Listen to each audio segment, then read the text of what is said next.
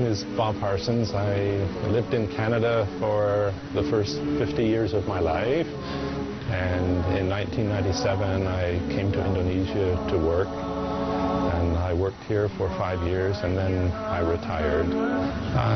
When I came to Indonesia in 1997, there were a lot of interesting events happening.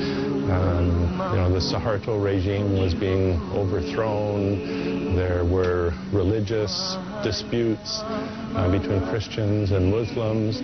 There were disputes between factions within the Muslim community. For example, there were radical Muslims, there were moderate Muslims, and this aroused my curiosity. I wanted to find out for myself, why are there different beliefs within Islam? Why are there radical Muslims? Why are there moderate Muslims? So I bought an English language translation of the Quran, and I bought books on Islam, and I started to read about it.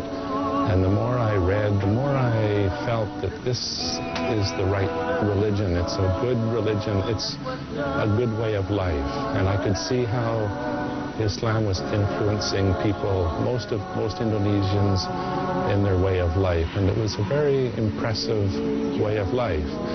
And I kept reading more about it, and I became friends with Muslims and learned from them about Muslims. And then I met my wife, Vida, and her family, and I fell in love, and we wanted to get married.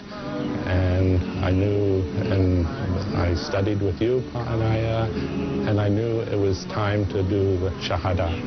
And after that, Vida and I got married we have a wonderful life here, and I became Muslim, and I find that it's just a beautiful way of life. It's difficult for me to put in words because it's a feeling inside. And you wonder how far you can go. Every step on that road that you take, Allah knows.